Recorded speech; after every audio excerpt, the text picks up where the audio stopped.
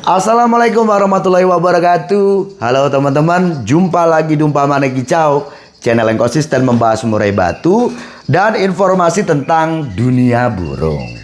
Oke teman-teman, gimana kabarnya?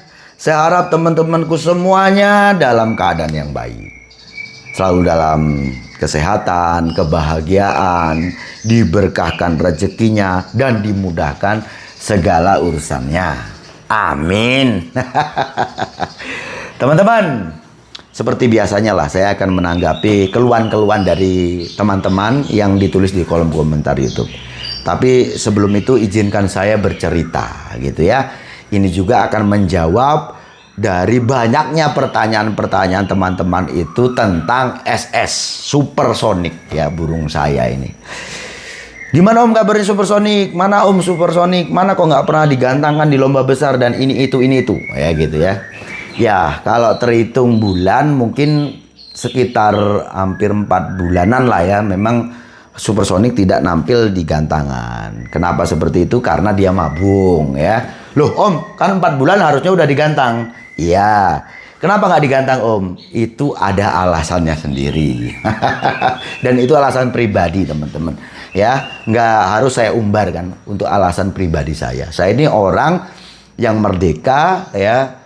Saya tidak, ya banyak orang itu yang ya pertanyaan seperti itu kan pasti punya tujuan kan. Ya, kenapa gitu ya. Jadi saya sendiri punya alasan kenapa saya tidak gantangkan itu ya. Nggak percaya sama ini ya, nggak suka sama itu yang ini. Terserah lah ya. Orang boleh berpendapat, yang jelas saya punya alasan. Nah, tadi ini teman-teman ya, tadi itu ada utusan salah satu, ya saya nggak usah sebut namanya lah ya, karena SS nggak saya kasih gitu ya. Kalau SS saya kasih, saya sebut namanya nggak apa-apa, karena nggak dikasih nanti, wow itu udah kedatang ke sana sama Om Sanda udah dikasih kan, jadi nggak enak gitu ya. Jadi nggak usah saya sebut namanya. Intinya ada satu utusan yang ya dia mau memastikan Supersonic apakah masih ada dan apakah Supersonic masih ready untuk dibawa ke gantangan, dan yang jelas apa intinya pengen meminang Supersonic itu. Dan jawaban saya tidak, ya kan, tidak. Wah, paling murah paling Om ya. ya saya nggak sebut angka lah ya. Yang jelas gambarannya 3 digit teman-teman, tapi saya tolak. Ngapa lo Om kok malah dianggurin, nggak digantangin aja kalau memang ready. Kalau nggak dikasih orang ya digantangin aja, kalau dianggurin ya mending dikasih orang. Ya itu tadi saya bilang, saya punya alasan sendiri gitu ya. Itu alasan pribadi saya. Oke. Jadi tadi datang agak lama bertamunya. Wah katanya powernya enak Om. Wah, ready bro. Iya, lebih enak lagi nanti udah deh nanti ya. Kalau saya sudah bisa berdamai dengan hati saya sendiri, saya akan gantangkan lagi teman-teman ya. Dan ya itu paling tidaklah untuk mengobati kerinduan kalian yang pengen melihat Supersonic. Oke ya, seperti itu.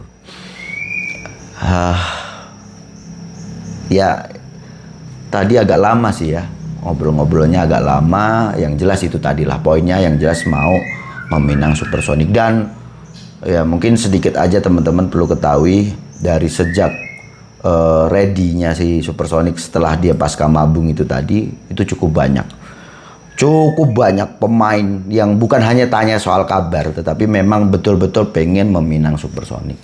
Dan saya bukan menolak dengan kasar, itu kan kalau menolak kan artinya bahasa kasar. Jadi saya menggunakan bahasa-bahasa yang ringan, bahasa-bahasa yang santun untuk menolak mereka gitu. Tapi intinya ya menolak gitu aja ya.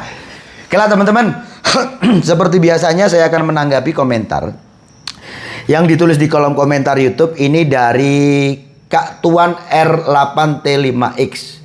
Assalamualaikum Om Sanda, mau tanya Om, ini mohon solusinya. Kalau murai over emosi lebih akurat yang mana? Apa menurunkan emosinya, apa menaikkan birainya? Dari Samsul Surabaya, tolong solusinya Om. Oke, terima kasih atas pertanyaannya. Artinya di sini ada 2 cara. tinggal pilih yang mana ya. Mau kita turunkan emosinya karena burung itu terlalu condong dengan emosinya yang berlebih, atau dengan cara mengimbangi emosi itu dengan birahi yang kita tingkatkan. Semua agar balance gitu teman-teman. Ya, kedua cara ini bisa kamu jajaki di burungmu, bisa kamu terapkan di burungmu, sehingga nanti kamu bisa temukan mana yang paling cocok untuk burungmu ini tadi, ya gitu, sehingga burungmu nanti kerjanya enak. Hanya saja kalau kamu tanya aku dan teman-teman tanya aku nih, kalau ketemu burung seperti ini dengan murai yang sudah wataknya temperamen, gampang naik emosinya, atau memang dasarnya dangkal emosi ini tadi gitu ya. Biasanya burung-burung yang dangkal emosi seperti ini kan kecenderungan gampang meningkat tuh hormon kortisolnya kan gitu ya. Sehingga ada masalah, mungkin dia terus ciak bulu seperti itu, burung main nakal dan sebagainya. Hormon kortisol ini meningkat seiring burung itu nanti akhirnya stres teman-teman. Gitu ya. Jadi dia mainnya jadi nggak enak. Bahkan itu tadi akhirnya stres, dia nyain burunya. Gitu. Nah, kalau aku nih ya menemukan burung seperti ini, dan saya bukan berarti tidak pernah menemukan burung seperti ini. Rata-rata nih ya burung-burung yang saya pelihara dengan permasalahan yang sering saya bahas, di mana kayak teman-teman juga sering lihat kan, saya sering mandiin malam ya, terus embun malam seperti itu ya. Entah itu kan burung di rumah banyak nih teman-teman ya, bukan hanya SS aja ya. Itu kan burung-burung ini kan ya memang kecenderungannya emosinya gampang naik. Memang tipe burungnya begitu, gampang naik tuh suhu tubuh dia ya. Ya dampaknya yaitu tadi meningkatnya hormon kortisol, sehingga burungnya stres kan ya. Akhirnya dampaknya bisa ciak dan sebagainya itu tadi. Nah, gitu ya. Itu. Nah, gimana ini? Akhirnya aku bisa berhasil, burung akhirnya kerja enak, di lapangan enak, bukan hanya menuntaskan permasalahan ciak dan sebagainya, tapi yang jelas burung yang tadinya ciak, burung yang tadinya kecenderungan emosinya gampang naik gitu ya, burung itu lebih enak digantangkan dengan tidak ada lagi masalah ciak bulu, entah itu ciak bulu di lapangan ataupun ciak bulu di rumah. Nah, yaitu dengan cara apa? Saya akan imbangi dengan naiknya meningkatkan birahi dia, ya gitu ya. Hubungan birahi ini kan jelas ada hubungannya dengan hormon teman-teman? Testosteron. Oke, artinya saya tingkatkan tuh untuk hormon testosteronnya. Nah, caranya gimana? Banyak cara teman-teman untuk meningkatkan hormon testosteron ini tadi.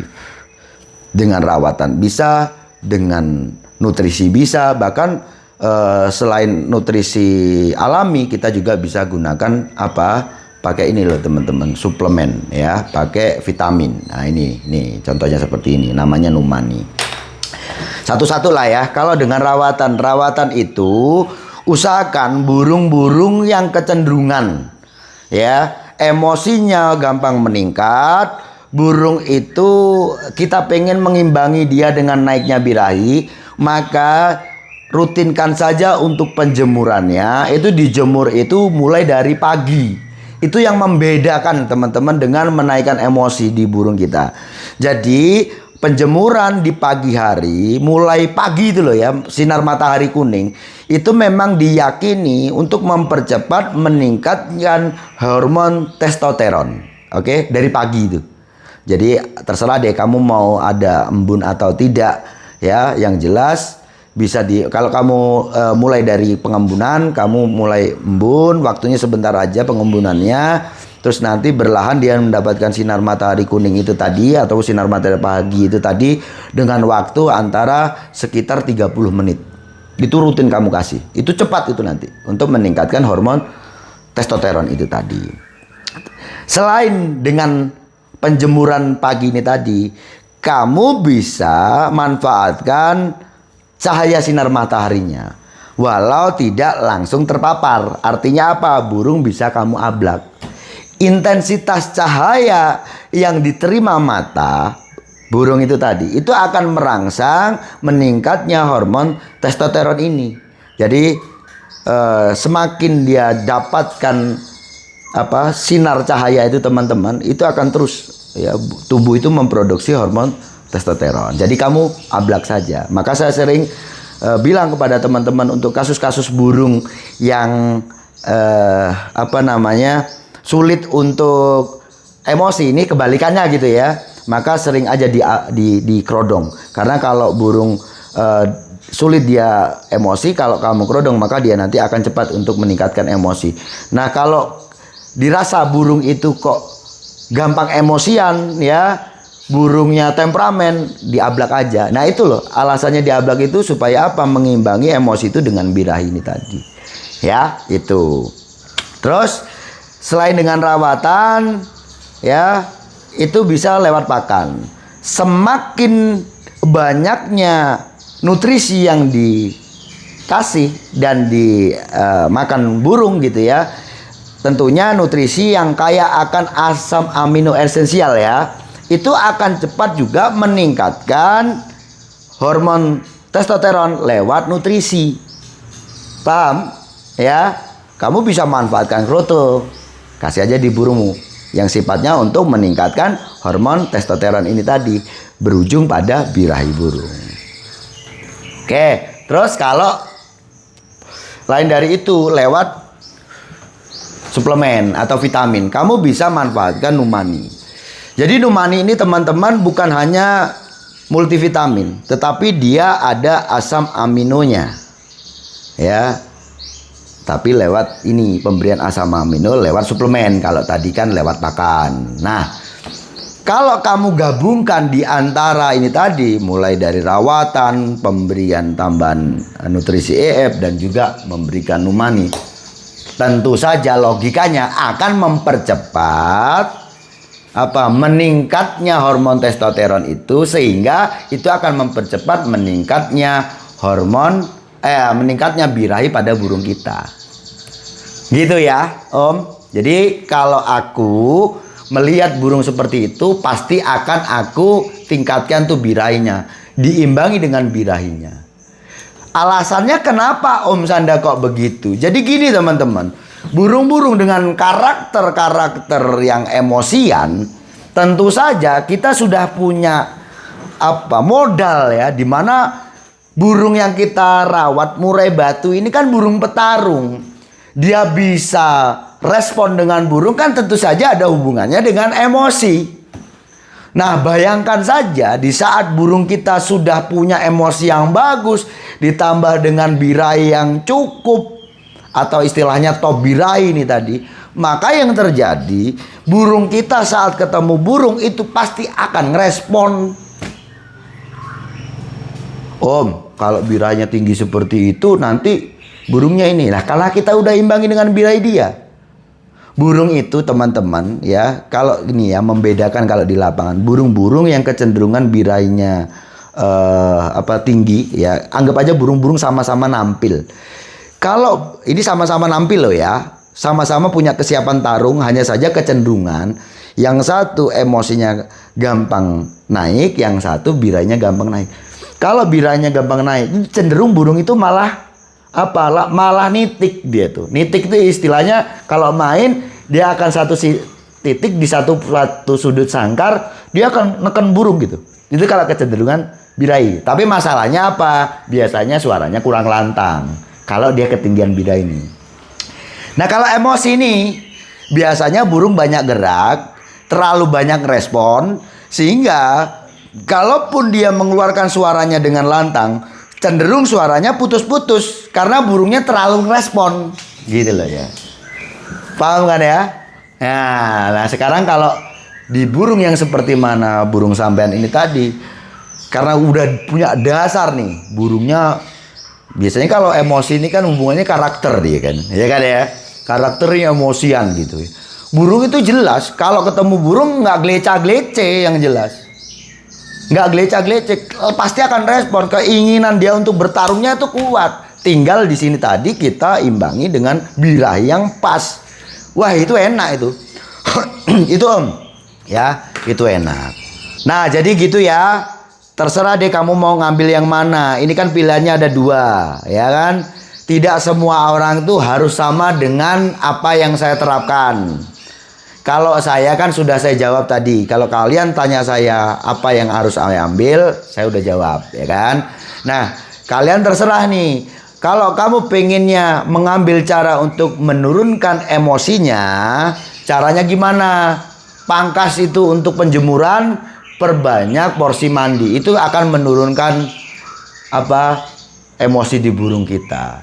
Ya, teorinya apa? Yaitu menurunkan suhu tubuh dia. Pasti akan berdampak pada metabolis dan juga akan bikin burung itu lebih lebih adem burung itu ya. Jadi burung itu emosinya akan turun tuh nanti. Itu ya untuk menurunkan emosi ya. Gitu ya, teman-teman. Saya rasa cukup sekian. Sukses selalu.